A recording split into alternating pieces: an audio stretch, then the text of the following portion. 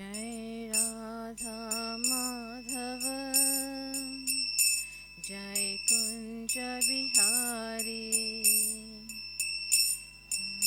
माधव जय कुंज बिहारी जय राधा माधव जय कुंज बिहारी जय राधा माधव जय कुंज बिहारी जय गोपी जन वल्लभ जय गिरिवर धारी जय गोपी जन वल्लभ जय गिरिवर धारी जय राधा माधव जय कुंज बिहारी जय राधा माधव जय कुंज बिहारी जय गोपी जन वल्लभ जय गिरिवर धारी गोपी जन वल्लभ जय गिरिवर धारी यशोधनंदन ब्रज जन रंजन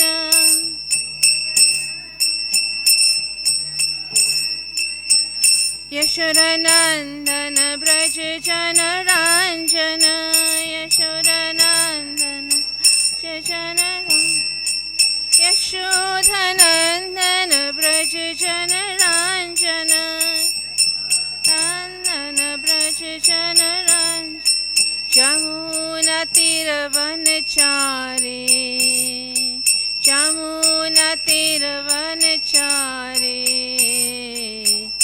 जय कुंज बिहारी जय कुंज बिहारी जय राधा माधव जय कुंज बिहारी जय राधा माधव जय कुंज बिहारी हरे Krishna Krishna Krishna Hare Hare Hare Ram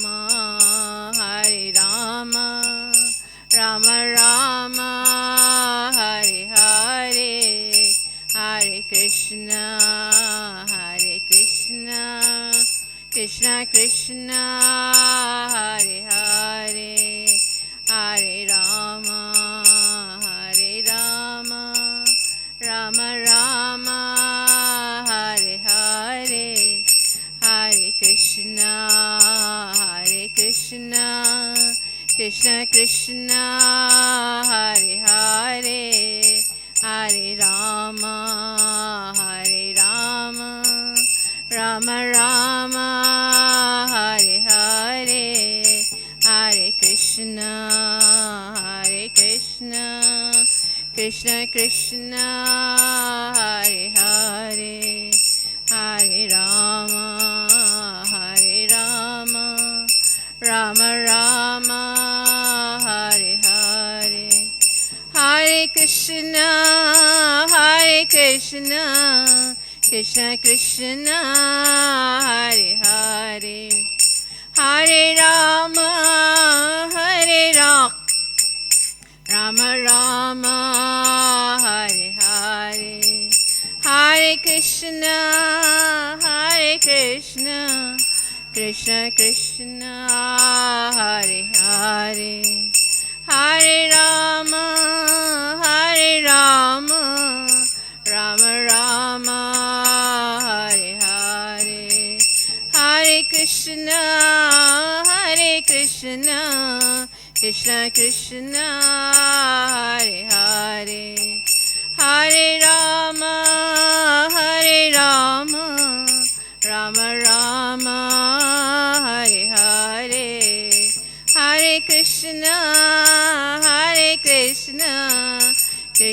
Krishna, Hare Hare, Rama, Hare Rama, Rama Rama, Hare Hare, Hare Krishna, Krishna Krishna, Hare Hare, Hare Ram, Ram Ram, Hare Hare, Hare Krishna, Krishna Krishna, Hare Hare, Hare Ram, Ram Ram, Hare Hare, Hare Krishna, Krishna Krishna, Hare Hare, Hare Ram, Ram Ram, Hare Hare, Hare Krishna, Krishna Krishna, Hare Hare, Hare Ram, Ram Ram, Hare Hare, Hare Krishna, Krishna Krishna, Hare Hare, Hare Ram, Ram Ram, Hare Hare.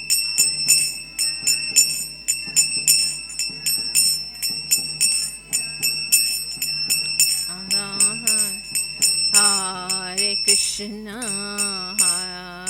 Krishna, Krishna Krishna, Hare Hare, Hare Rama, Rama Rama, Hare Hare, Hare Krishna, Krishna Krishna, Hare Hare, Hare Rama, Rama Rama, Hare Hare. Srila Prabhupada ki jai. Go Premanande, Hari Hari Bol. Jai Om Vishnupada Paramahamsa Parivarakacharya Asatasara Srila A.C. Bhaktivedanta Swami Prabhupada ki jai. Jai Om Vishnupada Paramahamsa Parivarakacharya Asatasara Srila Bhaktisiddhanta Saraswati Maharaj ki jai. Ananta Koti Vaishnava Vrinda ki jai. Namacharya Srila Haridas Thakur ki jai. Prem Sakho Shri Krishna Chaitanya Prabhu Nityananda Shri Advaita Gadadhar Shivasari Gaura Bhaktivinoda ki jai. Shri Radharadnath ki jai, Shriman Mahaprabhu ki jai, Shri Giri Raj Govardhana ki jai, Srila Prabhupada ki jai, Go Premanande, Hari Hari Bol. All glories to the assembled devotees, all glories to the assembled devotees, all glories to the assembled devotees, all glories to Shri Guru and Shri Gauranga, all glories to Srila Prabhupada. Hare Krishna dear devotees, so today we'll be reading from Krishna book. And before we do that, we'll just say some prayers.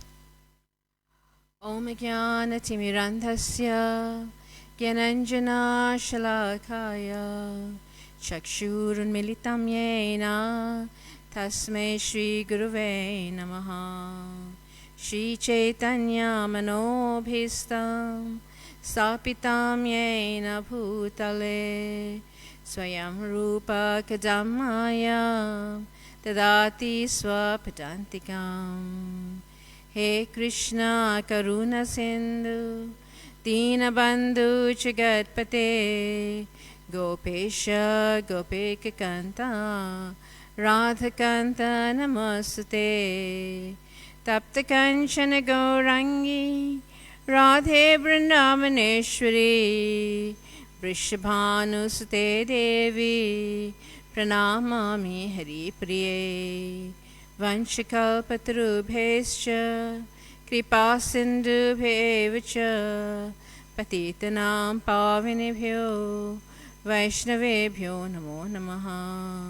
Jai Shri Krishna Chaitanya Prabhu Nityananda Sri Advaita Gadadhar Shivasari Gaura Bhaktivinoda. Hare Krishna, Krishna Krishna, Hare Hare, Hare Rama, Rama Rama, Hare Hare, Hare Krishna, Krishna Krishna, Hare Hare, Hare Rama, Rama Rama, Hare Hare, Hare Krishna, Krishna Krishna, Hare Hare, Hare Rama, Rama Rama, Hare Hare. So today we're reading from chapter 57, Killing of Satyajit and Satadhanva. So we'll just try to read something and read and say something on this verse and this chapter of Krishna book. So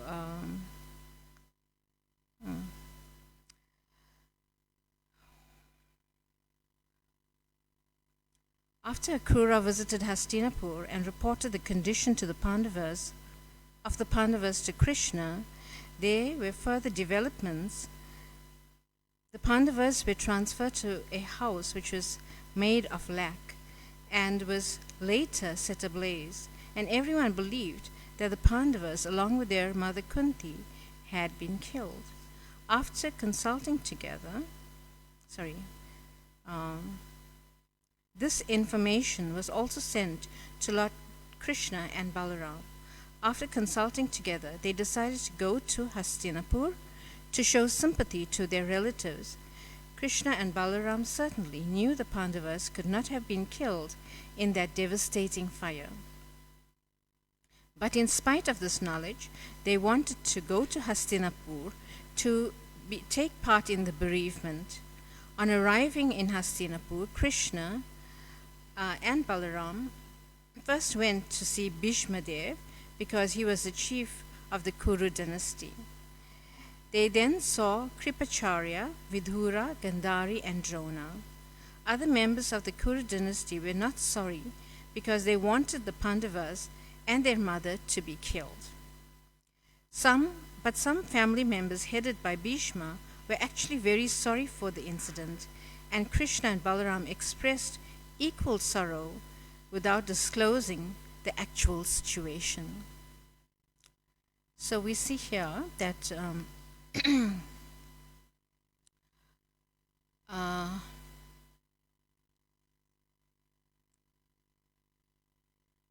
Krishna and Balaram went to Hastinapur because they received information that the Pandavas and their mother Kunti had been killed in the devastating fire.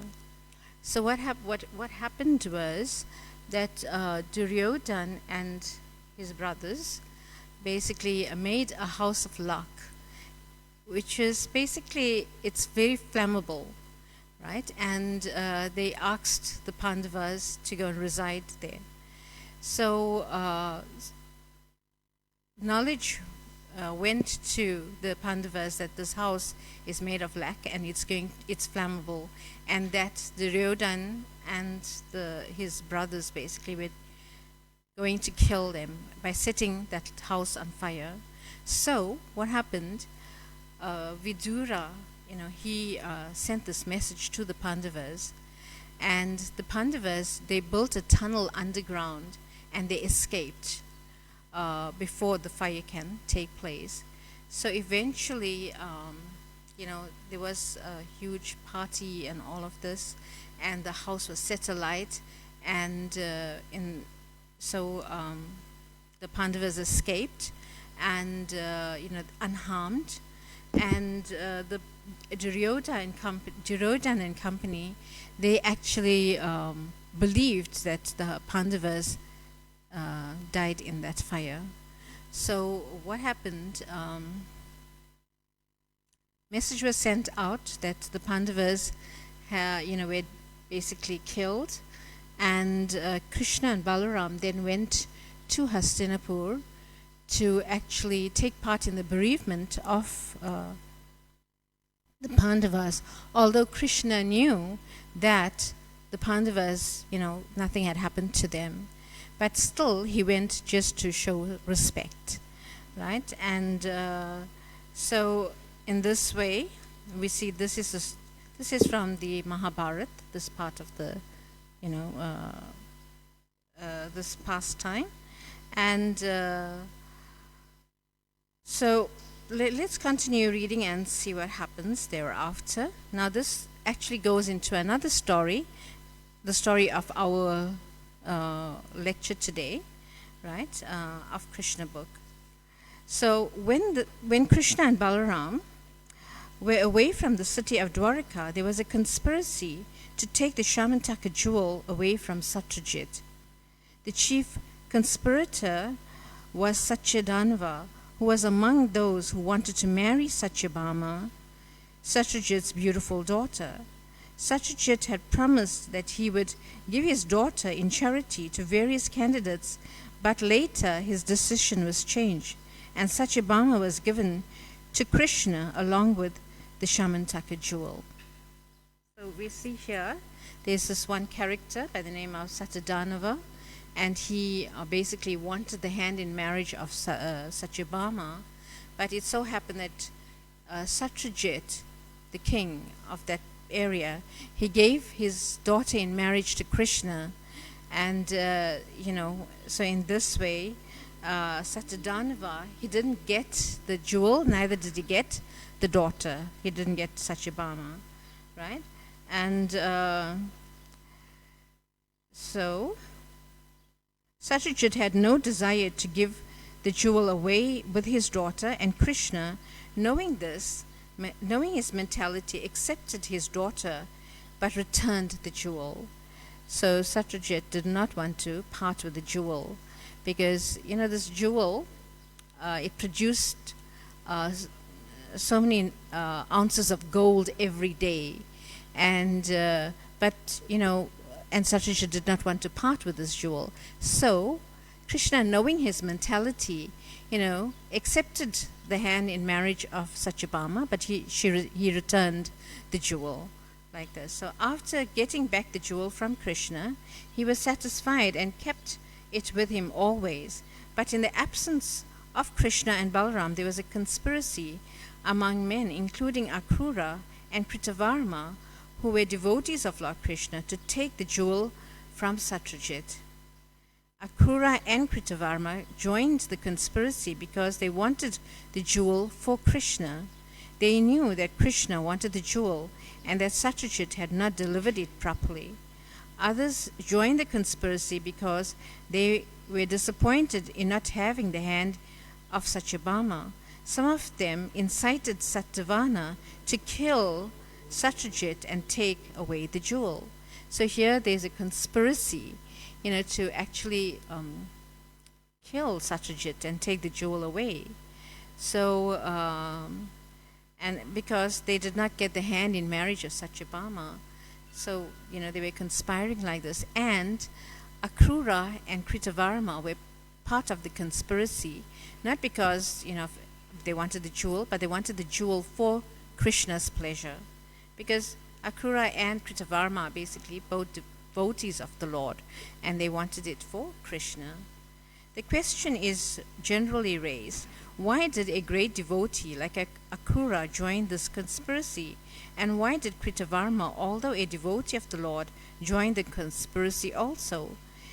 The answer given by the great authorities like Jiva Goswami is that although Akrura was a great devotee, he was cursed by the inhabitants of Vrindavan because of his taking away from their... The answer given by the great authorities like Jiva Goswami is that although Akrura was a great devotee, he was cursed by the inhabitants of Vrindavan because of his taking Krishna away from their midst. Because of wounding their feelings, Akrura was forced to join the conspiracy declared by sinful men. Similarly, Kritavarma was a devotee, but because of his intimate association with Kamsa, he was contaminated by sinful reactions, and he also joined the conspiracy. So we see here that these two devotees joined the conspiracy because of their previous action. The previous action was Akrura, he took Krishna away from the residents of Vrindavan. And we'll know that the residents of Vrindavan loved Krishna so dearly, they could not part with Krishna. But here was Akrura, he forcibly took Krishna away from the residents of Vrindavan to Mathura. And in this way he broke their hearts. And, therefore he joined the conspiracy of the sinful people. And Kritavarma, because he was an intimate associate of Kamsa, and Kamsa's activities were all sinful, and there was some tinge of that sinful reactions that fell upon Kritavarma as well, and therefore he joined the conspiracy of the sinful people, right? And the question, although they had good intentions, but still they joined the conspiracy of the sinful people, who wanted to take the Shamitaka jewel and kill Satyajit. The question, right? So, being inspired by all the members of the conspiracy, Satyavana one night entered the house of Satyajit and killed him while he was sleeping. Satyadanva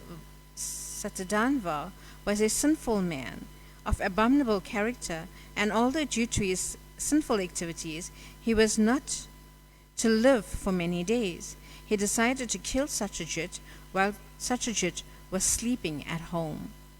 When he entered the house to kill Satyajit, all the women there cried very loudly, but in spite of their protest, Satyadanva mercilessly butchered Satyajit without hesitation, exactly as a butcher kills an animal in the slaughterhouse.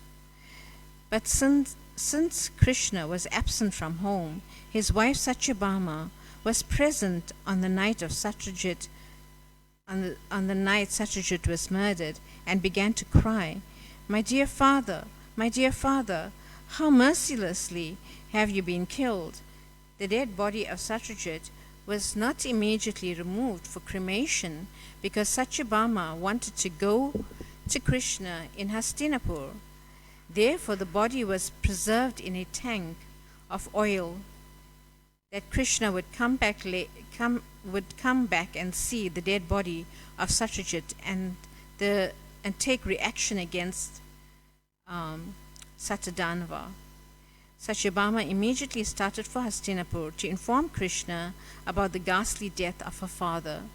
So we see here that, Satyadanva, he basically killed Satyajit in such a merciless way. He butchered him. This is what Bhagavatam says. He butchered him. And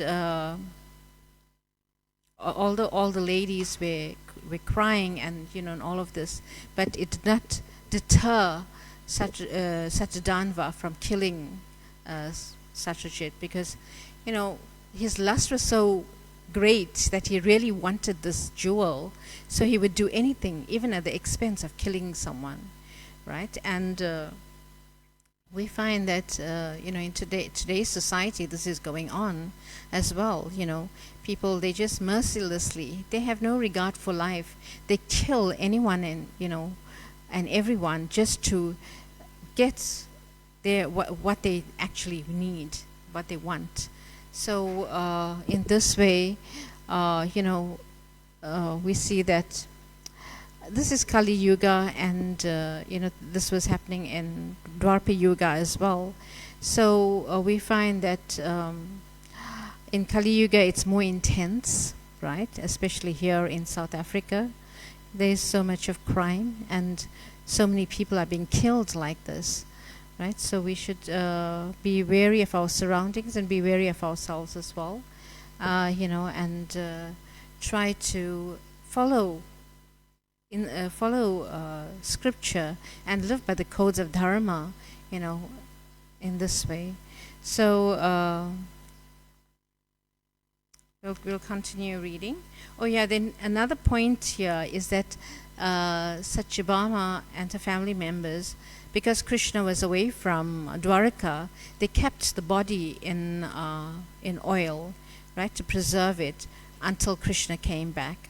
So we find nowadays, the body is in the crematorium, right, until our relatives maybe from distant places come, and then we have the funeral, right? But it's, in scripture basically it is stated that one should, get rid of the body immediately, right, after the person leaves this world. But we see here, because Krishna was away, then they preserved the body in oil. So let's continue reading. When Krishna was informed by Satyabhama, of the murder of his father-in-law, he began to lament like an ordinary man. His great sorrow is again a strange thing. Lord Krishna has nothing to do with action and reaction, but because he was playing the part of a human being, he expressed his full sympathy for the bereavement of Satyabhama, and his eyes filled with tears when he heard about the death of his father-in-law. He thus began to lament.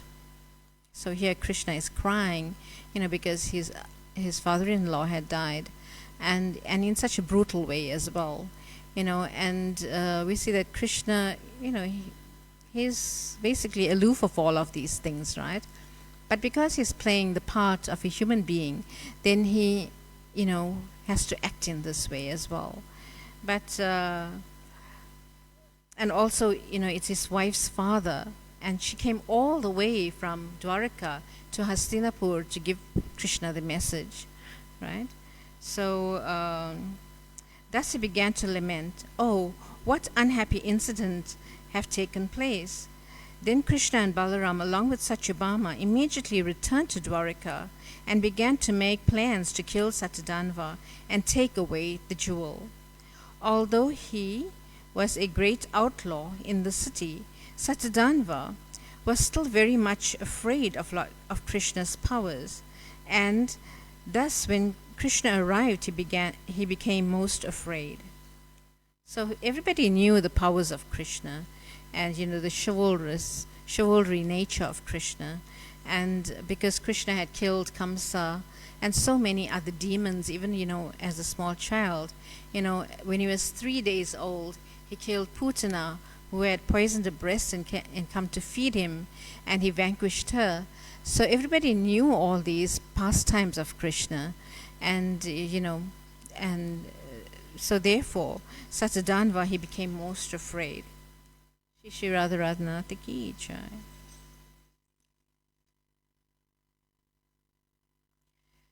So understanding Krishna's plan to kill him, he immediately took shelter of Kritavarma. But Kritavarma said, "I shall never be able to offend Lord Krishna and Balaram, for they are not ordinary persons. They are the Supreme Personality of Godhead, who can be saved from death if he has offended Balaram and Krishna. No one can be saved from their wrath." Kritavarma further said that Kamsa, although powerful, had assisted many demons, could not be saved from Krishna's wrath. And what to speak of Jarasandha, who had been defeated by Krishna 17 times, and each time had to return from the fighting in disappointment. So, here Kritavarma, he's a devotee and he knows the Krishna's powers, and he refused to take the side of Satyadanva in order to basically to kill Satyajit, immediately, to take the side of Satyadanva, because he knew the powers of Krishna, and Krishna had killed Kamsa, and he defeated Jarasandha 17 times at this point, right? When Satyadanva was refused by Kritavarma, he went to Akrura and implored him to help, but Akrura also replied, Balaram and Krishna are themselves the Supreme Personality of Godhead, and anyone who knows their unlimited strength would never dare to offend them or fight with them. He further informed Satyadanva, Krishna and Balaram are so powerful that simply by willing they create, maintain, and dissolve the whole cosmic manifestation. Unfortunately, persons bewildered by the illusory energy cannot understand the strength of Krishna, although the whole cosmic manifestation is fully under his control.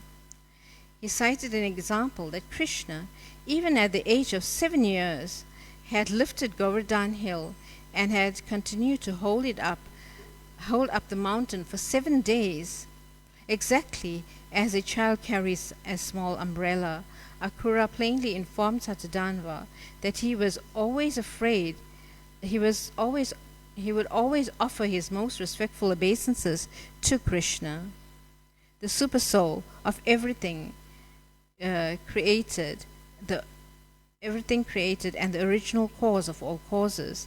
Although Akrura also refused to give him shelter, Satadhanva decided to deliver the Shamantaka jewel into the hands of Akrura.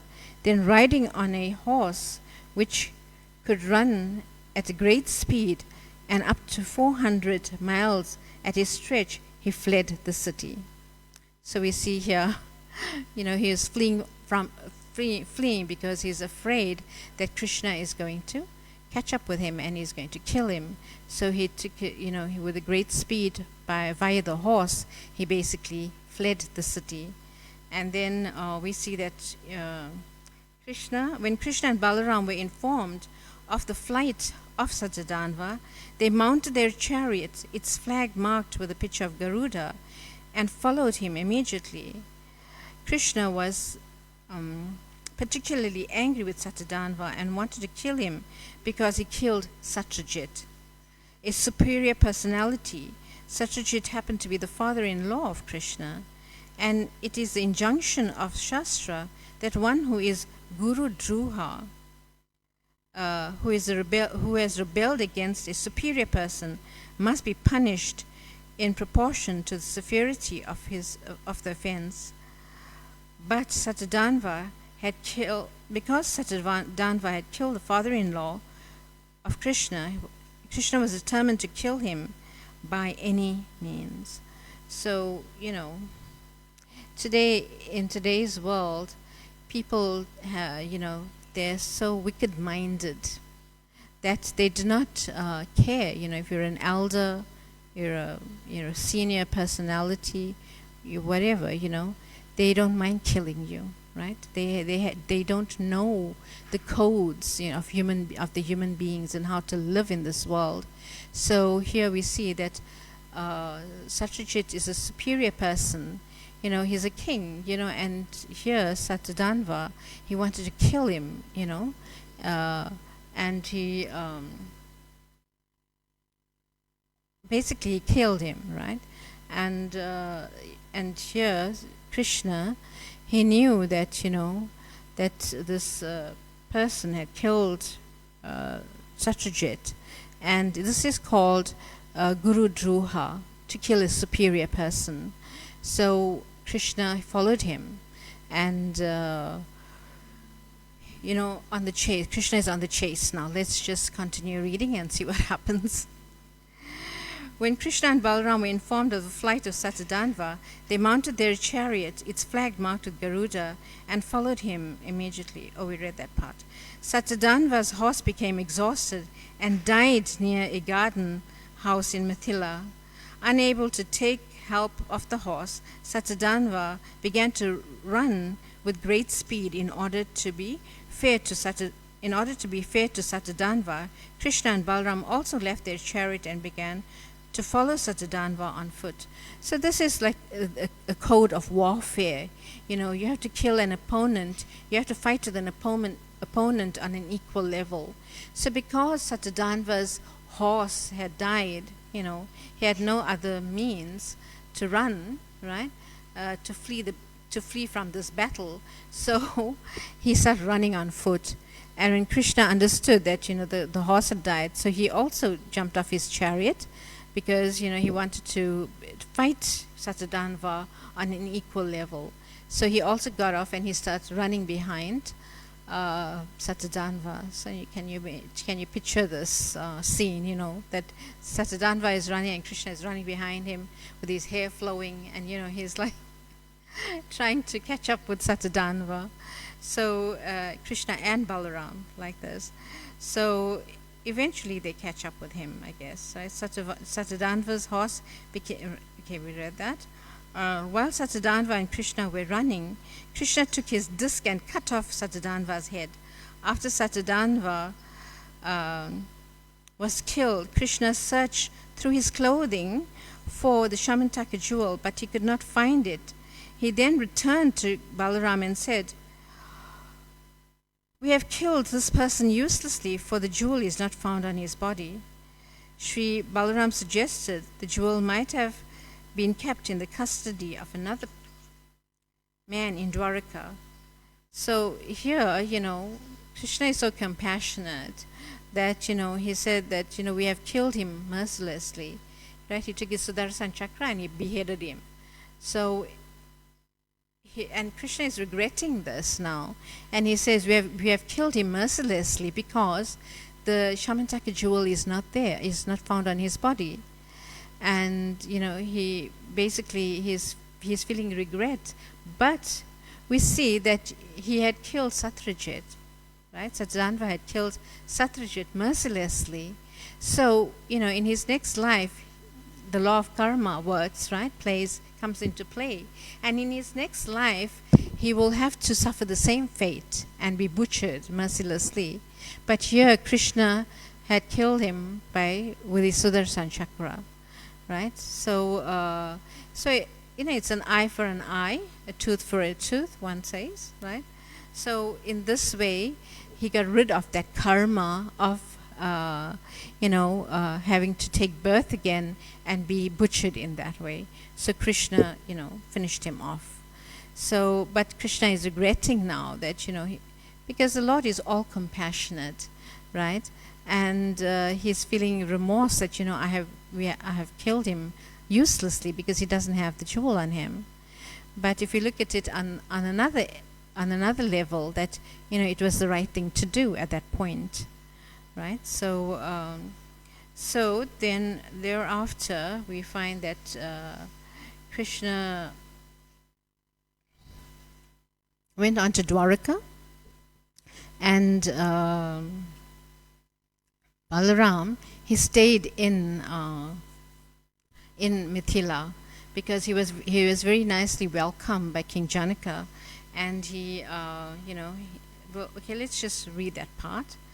Akrura and Kritavarma were prominent members in the conspiracy to kill Satyajit, having incited Satyadanva to kill him. So when they heard of the death of Satyadanva at Krishna's hand, and when they heard that Krishna had returned to Dwaraka, they both immediately left the city. The citizens of Dwaraka felt themselves threatened with pestilence and natural disasters, natural disturbances due to the absence of Akrura from the city. This was a kind of superstition, because while Lord Krishna was present, there could be no pestilence, famine, or natural disturbances. But in the absence of Akrura, there were apparently some disturbances in Dwaraka. So what happened was, we don't have much time, so I'll just, to read this whole thing, so I'll just tell you the past time. So Akrura's father's name was Swapalka, and he was very powerful in that, wherever he was, there was no famine, there was no unnatural, or natural disasters or pestilence like this, because he was very powerful in that way. So also Krishna, because of his presence in Dwaraka, all these things never happened, right? Because it was like the spiritual world, where they say that, or scripture says, wherever Krishna is present, that's like the spiritual world, like in our temple, Krishna, rather than Krishna here, right? So it's like the spiritual world, and or the holy dham, right? And so there were none of these things occurring at that time when Krishna was in Dwaraka. And it is believed, basically, that because Akrura was there, none of these things were happening. And because he had left at that point, he knew that Krishna was coming back to Dwaraka, so he had left. And then inauspicious things started to happen, because they knew that Swapalka, Akrura's father, was very powerful, and when he was present anywhere, there was none of these things occurring, right? No natural disasters and pestilence like this. So so happened that at Kashi at one point there was drought and famine like that, and then the king of Kashi, he got his daughter married to Swapalka, Akrura's parents now, right? So, and it is believed that Akrura derived the same powers as his father. So wherever he went, there was no pestilence and unnatural disasters. So when this started to happen in Dwaraka, the people thought that it was because Akrura had left. So as soon as there was some disturbance in Dwaraka, people considered the cause to be the absence of the auspicious personality in the city. Thus there was a rumor that because the absence of Akrura's inauspicious things were happening, after the departure of Akrura, some of the elderly residents of the city also began to perceive inauspicious signs due to the absence of the Shamantaka jewel. When Lord Krishna heard these rumors spread by the people, he decided to summon Akrura from the kingdom of Kashi. Akrura was Krishna's uncle. Therefore, when he came back to Dwaraka, the Lord Krishna first gave him a welcome befitting a superior person. Krishna is a super soul in everyone and knows everything going on in everyone's heart, and knew everything that happened in connection with Akrura's conspiracy with Satyadanva. Therefore, he smilingly began to speak to Akrura, addressing him as a chief among munificent men. Krishna said, "My dear uncle, it is already known to me that the Shamantaka jewel was left by Satyadanva with you. Presently, there is no direct claimant of the Shamantaka jewel. For King Satyajit has no male issue. His daughter Satyabhama is not very eager for this jewel. Yet her expected son, as a son of Satyajit, as a grandson of Satyajit, would, after performing the regulative principles of inheritance, be the legal claimant of the jewel." Lord Krishna incited by the statement that Satyabhama was already pregnant and that her son would be the real claimant of the jewel and would certainly take it from Akrura. Right? So here Krishna is imploring Akrura to return the jewel because, it belonged to Satyajit, and Satyabhama was now pregnant, and her son would claim that jewel from him. So he better give it. So Krishna continued, "This jewel is so powerful that no ordinary man is able to keep it. I know that you are very pious in activities, so there is no objection to the jewels being kept with you. There is one difficulty, that is that my elder brother, Sri Balaram, does not believe my version that the jewel is with you. I therefore request you, O large-hearted one, to show me the jewel just once before my other relatives, so that they may be pacified and reject various kinds of rumors. You cannot deny that the jewel is with you, because I can understand that you have enhanced your opulence and are performing sacrifices on the altar made of solid gold. The properties of the jewel were known. Wherever the jewel remained, it would produce for the keeper more than 2 mounds of pure gold daily. Akrura was getting gold in that proportion and distributing it profusely at sacrificial performances. Lord Krishna cited Akrura's lavishly spending gold as positive evidence that his possessing the Shamantaka jewel. So it was very evident that Akrura had the jewel with him because it was producing gold, and he was using this gold very profusely, by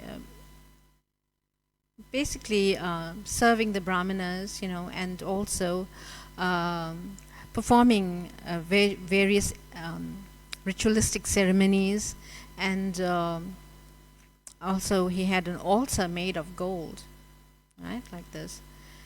So imagine if our altar was made of gold, what would happen? Right? People would be storming in here, and especially at night, and they'd basically break down the whole altar to get that gold. So so in this way, Akrura, he had this his altar made of gold, and so it was very evident, that he had this jewel with him, right? And so in order for Balaram not to speculate about this, he told Akrura, you better show me the jewel in the presence of everyone, so that everyone would know that I don't have the jewel with me. You can show it. So when Krishna, in friendly terms and sweet language, impressed Akrura about the real fact, and Akrura understood that nothing could be concealed from the knowledge of Sri Krishna, he brought out the valuable jewel, covered by cloth, but shining like the sun, and presented it before Krishna. The Lord took the Shamantaka jewel in his hands and showed it to all his relatives and friends present, and then returned the jewel to Akrura in their presence, so that they would know that the jewel was actually being kept by Akrura in Dwaraka city.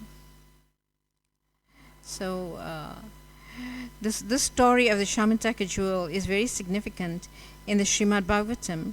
It is said that anyone who hears the story of the Shamantaka jewel or describes it, simply remembers it, will be free from all kinds of defamation and the reactions of all impious activities, and that he will attain the highest perfectional condition of peace. So this is an ashirvad, or a benediction, from reciting this pastime, and by hearing this pastime, you will get this benediction of not being defamed, right? So you'll be free from all defamation and the reactions of all impious activities, and thus you will attain the highest perfectional condition of peace. So this is a blessing from Krishna to all of you, right? Just by listening to this pastime and hearing it, absorbing, remembering it as well. You can remember it during the day. Now that you've listened to this pastime, you can remember it during the day, and in this way, you'll be freed from all these inauspicious defamation of character like that, and you can return to the spiritual world, right, and live a life of peace, peacefulness, right? So we will stop here, and if anyone has any questions or you would like to contribute to this class, you're most welcome to do so. Hare Krishna.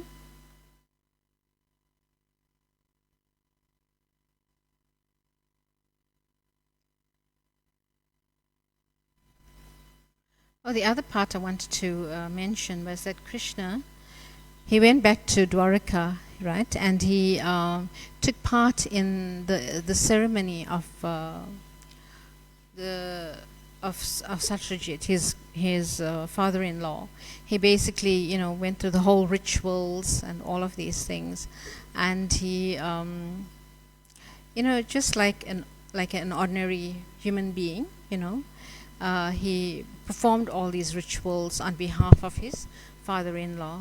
So like this, Krishna is teaching by example. He's setting an example for us, how to actually behave in this material world, and to take part in all of these ceremonies, in order to free the departed from their whatever sinful reactions they may have performed. And we know that being a king, Satyajit was a king, and you take on the at least 6% of the reactions, sinful reactions of the people, and you also take on 6% of their pious activities as well. So when you perform the Shraddha ceremony, you perform these rituals after the person has left their body, then even if the person had died untimely, people in this age, people die untimely all the time. They die by car accidents, suicide, and all of these things.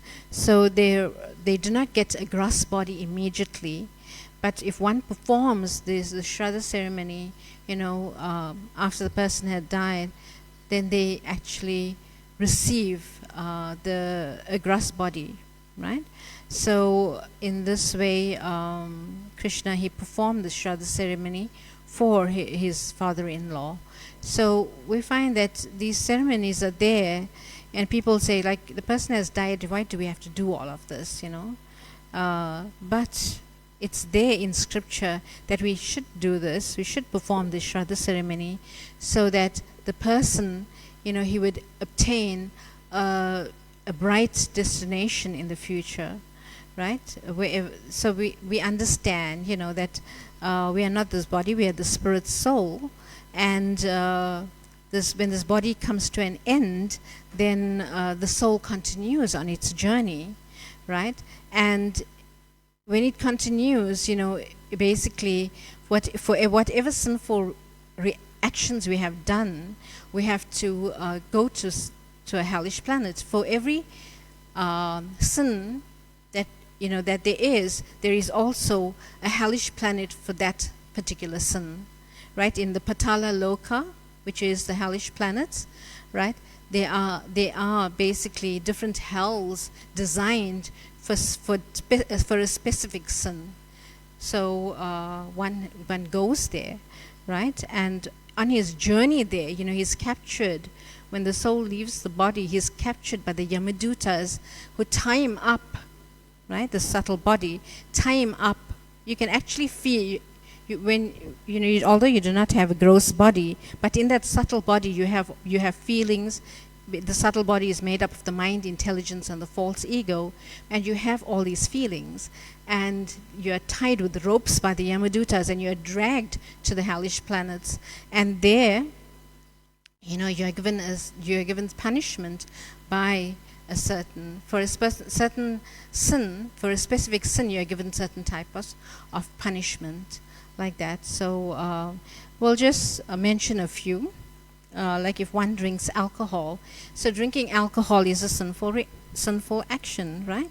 And you get the reaction of the Yamadutas will tie your tongue up, and they will forcibly pull it out of your system, basically, right? And there's some very gross things that happen in the hellish planets. We won't go into all of that, but I was just talking about this is there in the 5th canto of the Srimad Bhagavatam. If you read the Srimad Bhagavatam, all these hells are described, and for every sinful reaction, you'll be meted out a certain punishment, and all is there in the Srimad Bhagavatam. So I was just making this point that Krishna here, he's actually doing the Shraddha ceremony for his father-in-law, right? So that, his father-in-law will get an auspicious destination. So we also should follow this example as set out by Krishna, right? And because our ancestors, or our relatives, basically, they're performing sinful activities all the time, right? So one should abstain from sinful activities. And what are the sinful activities that we should abstain from? In the Hare Krishna movement, we actually abstain from these sinful activities. No meat eating, no gambling, no intoxication, no illicit sex, right? And So actually, by performing these, these different the Shraddha ceremony, one relieves their dependence from the sinful reactions to a certain extent, but yeah, so to basically achieve an auspicious destination. So so yeah, we should do like this. And so I was just explaining that, we follow the four regulative principles in the Hare Krishna movement and abstain from all the sinful actions, right? So we should do like this, and we should chant the Hare Krishna Mahamantra, because the Hare Krishna Mahamantra can relieve you from more sins than you have actually committed. So just by chanting the holy names, Hare Krishna, Krishna Krishna, Hare Hare, Hare Rama, Rama Rama, Hare Hare. So we should actually chant these, this Hare Krishna Mahamantra. We chant on our beads.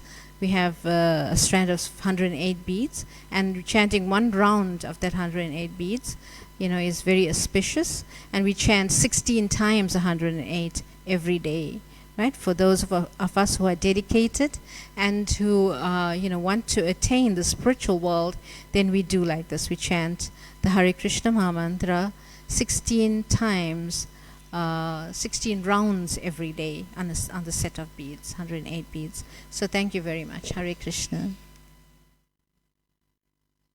Jai Shri Krishna book ki jai, Srimad Bhagavatam ki jai, Srila Prabhupada ki jai, Go Premanande, Hari Hari Bol.